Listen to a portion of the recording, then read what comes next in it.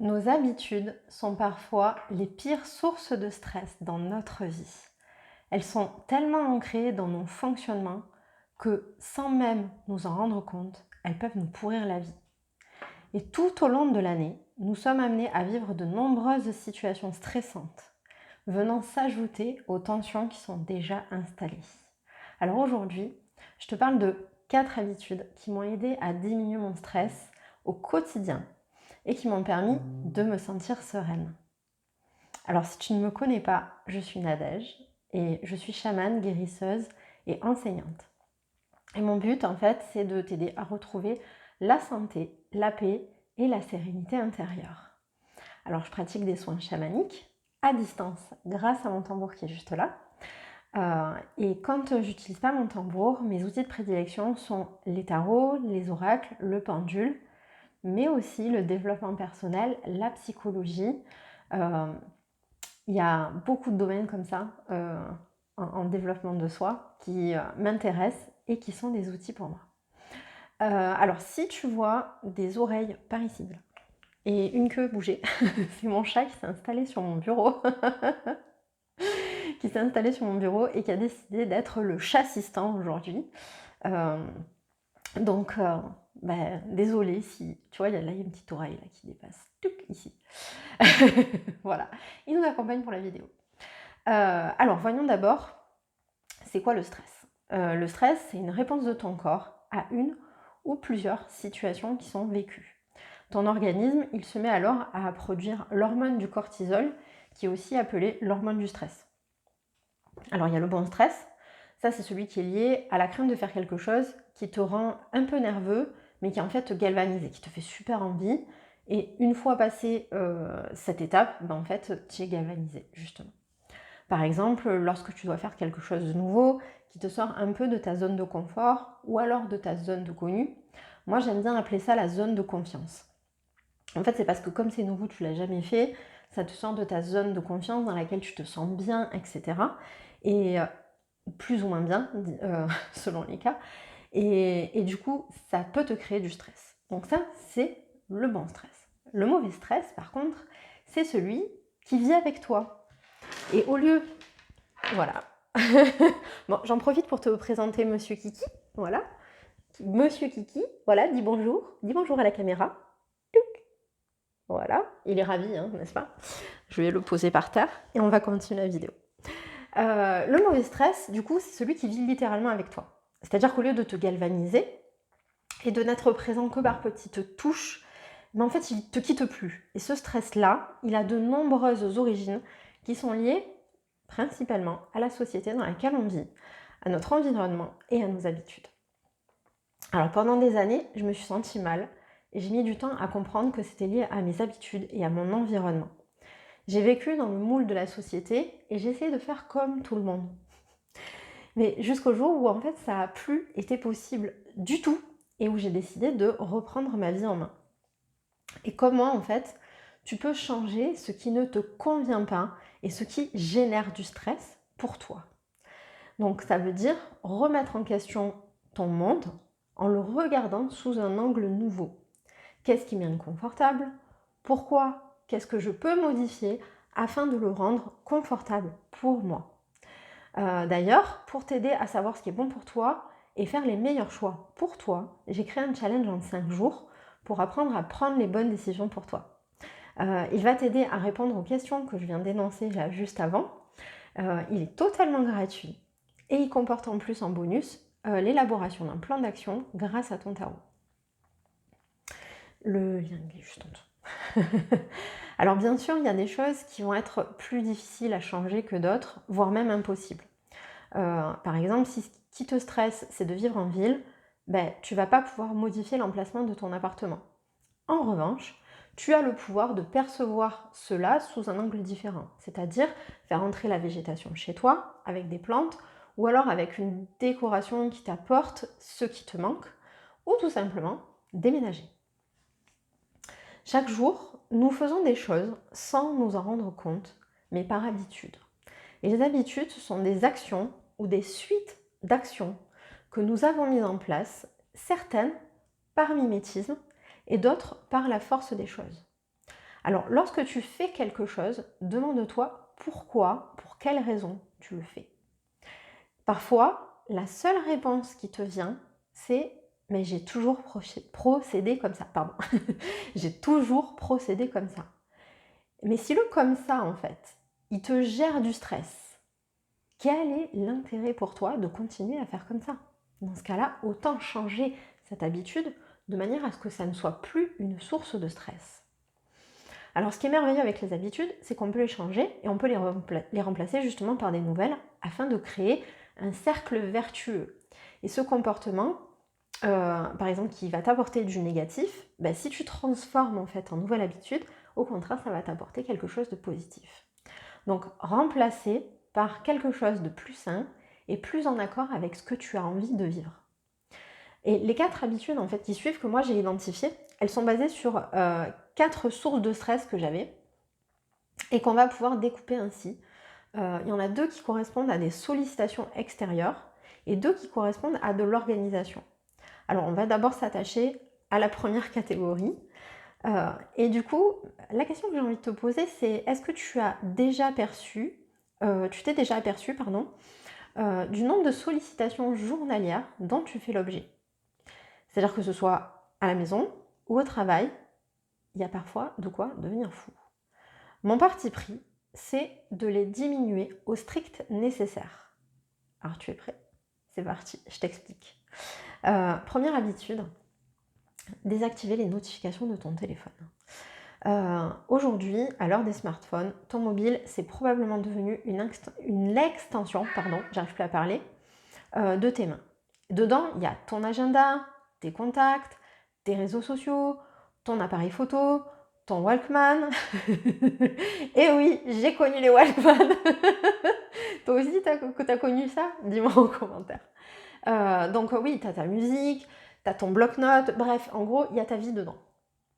Et la liste des possibilités dedans, elle est longue, elle est infinie, puisqu'il y a des centaines d'applications qui voient le jour pour nous permettre de faire encore plus de choses avec nos téléphones. Donc ça, c'est super pratique. C'est bien d'avoir plein de choses au même endroit. Par contre, toutes ces applications, elles affichent des notifications. Donc ça fait sonner ton téléphone régulièrement et ça lui donne aussi des allures de sapin de Noël. Résultat, tu es sursollicité et tu consultes ton mobile très souvent. Alors, pour tout un tas de raisons qui sont autant productives qu'improductives. Les sollicitations, comme elles peuvent intervenir à n'importe quel moment, tu n'es pas toujours dans les meilleures dispositions pour y répondre. Personnellement, j'ai conservé uniquement les notifications de mon agenda et des appels. Le reste, ça attend que je sois disponible, que je me sente disponible pour m'en occuper. J'ai même désactivé, tu sais, les badges qu'il y a sur les applications des réseaux sociaux, des mails, etc. Parce qu'en voyant ce rond rouge, en fait, c'est vachement bien fait. Je veux dire, tu vois ce rond rouge et tu te dis, mais il faut que j'aille voir. Tu vois, j'ai manqué un truc.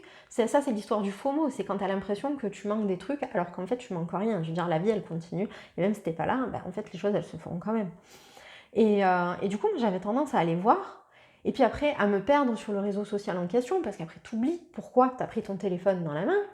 Et au départ, c'était même pas pour aller voir le réseau social, tu vois. Et tu te retrouves à regarder comment coiffer une girafe, alors qu'au départ, peut-être que ton intention, c'était d'aller voir dans ton agenda si tu avais une disponibilité, etc. Et du coup, en fait, j'estime que c'est une perte de temps et une perte d'énergie de te retrouver en fait à scroller comme ça sur les réseaux sociaux, parce qu'il y a une forme d'addiction qui est amenée par les réseaux sociaux. Bref, donc, désactiver les notifications de ton téléphone. Deuxième habitude, boycotter les infos. Alors, les informations en général, elles te maintiennent dans un état de négativité permanent. C'est-à-dire qu'on baigne dans un truc qui est pas sain. Si tu te penches un peu sur le contenu des infos télévisées et radio, les journaux papier aussi de plus en plus, les sujets qui sont abordés sont systématiquement présentés de manière négative. Il n'y a rien qui va dans le monde. Si tu écoutes les infos, il n'y a rien qui va dans le monde. Non seulement c'est orienté pour faire du buzz, mais en plus, on te rabâche toutes les heures ou toutes les heures et demie exactement les mêmes choses. C'est anxiogène. Entre les infos du matin, celles du midi, celles du soir, il n'y a pas vraiment de différence dans ce qu'ils te disent. Ils n'apportent pas d'eau au moulin parce qu'ils te présentent que des trucs négatifs sans t'apporter de solution. Donc baigner dans un climat négatif, ça t'empêche de te réjouir en fait des belles choses qui composent ta vie parce que ça a un pouvoir culpabilisant pour toi, sur toi. On te montre majoritairement des événements pour lesquels en fait tu es impuissant et qui te font te sentir mal et qui créent un climat d'angoisse permanent. Rien que d'en parler d'ailleurs, je commence à angoisser. Boycotter les infos, ça va t'aider à porter un regard sur ce qui est positif dans ta vie et à voir les petits bonheurs qui peuvent être présents dans ta vie, mais que tu ne vois pas parce que toute la journée, tu entends parler de trucs pourris, en fait. Ça a aussi pour effet d'être plus à même de supporter les petits tracas de la vie. Parce qu'en effet, quand tu baignes pas sans arrêt dans de la négativité et qu'on n'est pas dans un... que t'es pas dans de l'anxiogène... dans un climat anxiogène, c'était pas français ce que j'allais dire, eh bien, tu es plus facilement à même de pouvoir supporter quand il arrive quelque chose qui est pas sympa. Parce qu'il arrive plein de trucs pas sympas dans la vie. Mais le truc, c'est que si tu baignes que dans de la négativité, tu ne vois que ça, en fait. Et du coup, tu t'en fais tout un monde, alors que des fois, c'est pas si énorme que ça.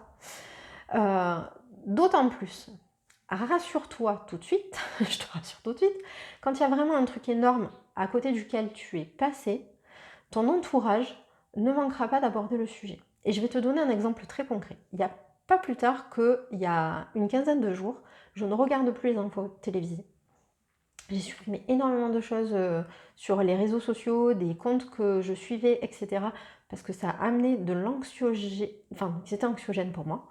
Bref, ça me ramenait du stress. Et en fait, j'ai été la seule à être au courant qu'il y avait un problème avec l'eau près de chez mes parents et à pouvoir les informer justement qu'ils fassent attention et qu'ils achètent de l'eau en bouteille le temps qu'ils puissent régler le problème. Et en fait ça, il est fort probable que je ne l'aurais pas vu passer si j'avais écouté les informations. Parce que cette info-là, elle n'est pas passée aux infos télévisées. Parce que mes parents n'avaient pas entendu parler. Elle n'est pas passée dans les journaux. Elle a été vraiment relayée sur Facebook uniquement par des gens qui habitaient là-bas. Donc, tu vois, les informations importantes, tu vas y accéder en fait. Mais elles ne seront pas biaisées parce qu'on veut te manipuler. Parce que c'est ça, on te manipule en fait avec les informations. Du coup, maintenant, il est temps de parler de la deuxième catégorie d'habitudes, qui est l'organisation de ton habitat ou de l'organisation de ta manière de faire certaines choses. Je dois t'avouer un secret, l'organisation optimisée, c'est en réalité une habitude de feignant. Il y a une fausse croyance là-dessus, qui est que les personnes organisées, c'est des personnes où ça prend énormément de temps, que c'est des personnes qui ne pensent qu'à ça, etc. Pas du tout. En fait, c'est vraiment un truc de feignasse. et en fait, moi, je suis devenue organisée quand j'en ai eu marre de faire des choses et d'avoir l'impression de passer mon temps et d'avoir toute mon attention qui était portée là-dessus. Et quand j'ai pris conscience de ça et que j'ai commencé à transformer mes manières de faire de manière à pouvoir être organisée et à ce que ça ne me pourrisse plus la vie, eh bien, je me suis dégagé un temps, mais incroyable. Et ça, je ne l'avais pas vu venir parce que je pensais que ça allait me prendre énormément de temps. Alors la mise en place prend du temps. Après, c'est un bonheur.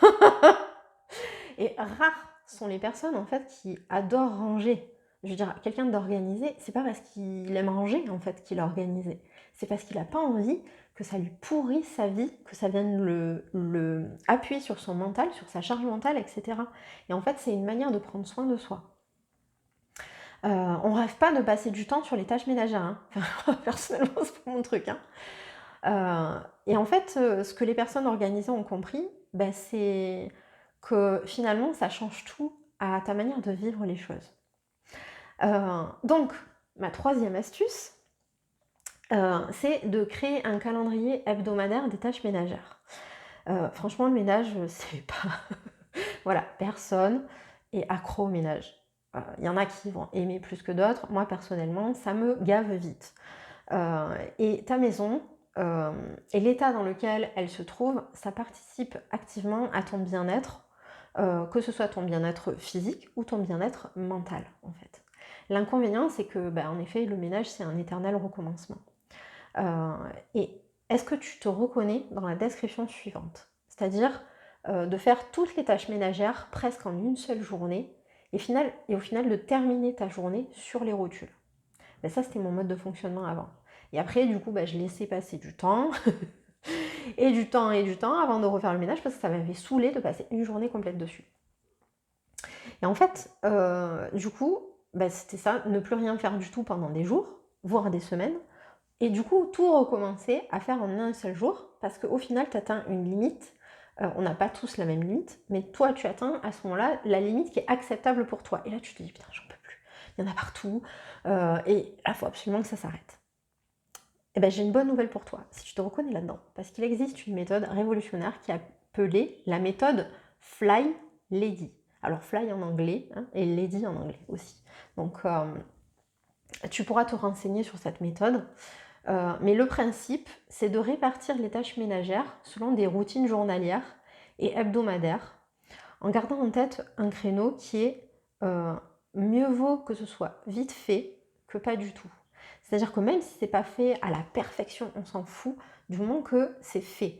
Et surtout, le principe de cette méthode, du coup, c'est d'étaler en fait sur ta semaine pour pas te retrouver à faire tout la même journée et de mettre un timer. Du coup, tu mets ton timer, tu fais ce que tu as à faire pendant le timer et c'est largement suffisant. Et en fait, tu vas te rendre compte que ça te permet d'avoir ta maison qui est à peu près toujours propre, à peu près toujours rangée, etc. Et ça revient en fait à créer un planning qui est réaliste de tout ce qui doit être fait dans la maison en attribuant à chaque jour une corvée. Et le principe, c'est de s'y tenir. Parce que plus tu vas t'y tenir, plus ta maison elle sera propre et rangée, et plus tu te sentiras bien en fait chez toi. Donc, et ça te permet aussi de ne pas tout faire sur le week-end. Parce que ça aussi, ça par contre, c'était aussi mon cas, de genre passer le week-end à nettoyer, et résultat, tu n'as pas profité de ton week-end. Mais ton week-end, il est aussi là pour te reposer, pour te permettre de te reposer, de te ressourcer. Si tu passes ton temps à faire ton ménage, aucun intérêt. Enfin, personnellement, je trouve qu'il n'y a pas d'intérêt. Quatrième astuce, du coup, c'est range ta maison le soir. C'est-à-dire avant d'aller te coucher, de ne pas laisser en fait traîner le plateau sur la table basse, les couverts sales, le plaid, les coussins en vrac, sur le canapé, les chaussures qui traînent dans l'entrée. Parce qu'en fait, tu vas retrouver du bazar le matin à ton réveil. Et du coup, ça vient créer de l'anxiété. Voilà, je vais y arriver. Ça vient créer de l'anxiété dès le matin, dès ton réveil en fait. C'est-à-dire les premières choses sur lesquelles tu vas poser les yeux, c'est le bazar qui est ambiant. Et du coup, ce que tu vas avoir tendance à faire, c'est de courir pour vite ranger et du coup pester, te décourager sur le fait que ta maison, elle reste jamais en ordre bien longtemps. Et pour changer en fait cette mauvaise habitude, ce que je te conseille, c'est de prendre 5 minutes le soir, pas plus. Tu mets un timer, tu vois, le méthode Fly Lady de juste avant. Tu mets un timer, tu prends 5 minutes le soir pour ranger ce qui n'est pas à sa place et remettre un peu d'ordre avant d'aller te coucher. Et comme ça, le lendemain, tu n'auras pas à te préoccuper de ce qui a été dérangé la veille parce que tu vas pouvoir te consacrer sereinement à ta journée. Alors ces 4 habitudes, elles reviennent à poser un cadre de vie plus sain et plus ajusté, en choisissant ce qui est bon pour toi. Elles te permettent en outre de ne plus subir et de devenir acteur à part entière de ta vie en te sentant bien plus zen. Alors, moi je suis friande justement de toute astuce qui m'aide à rester sereine. Et si tu en as, si tu as des astuces ou que tu as des habitudes qui te permettent de te sentir mieux, tu peux m'en faire part en commentaire. Je serais ravie de les lire et de voir quelles sont tes astuces à toi. Petit rappel quand même, du coup il y a le challenge 5 jours pour apprendre à prendre les bonnes décisions pour toi, qui est disponible, totalement gratuit. Tu as le lien juste en dessous dans la barre d'infos. Et on se retrouve jeudi prochain à 17h pour parler des différents types de magie. Tu sais, magie blanche, magie noire, magie verte, etc.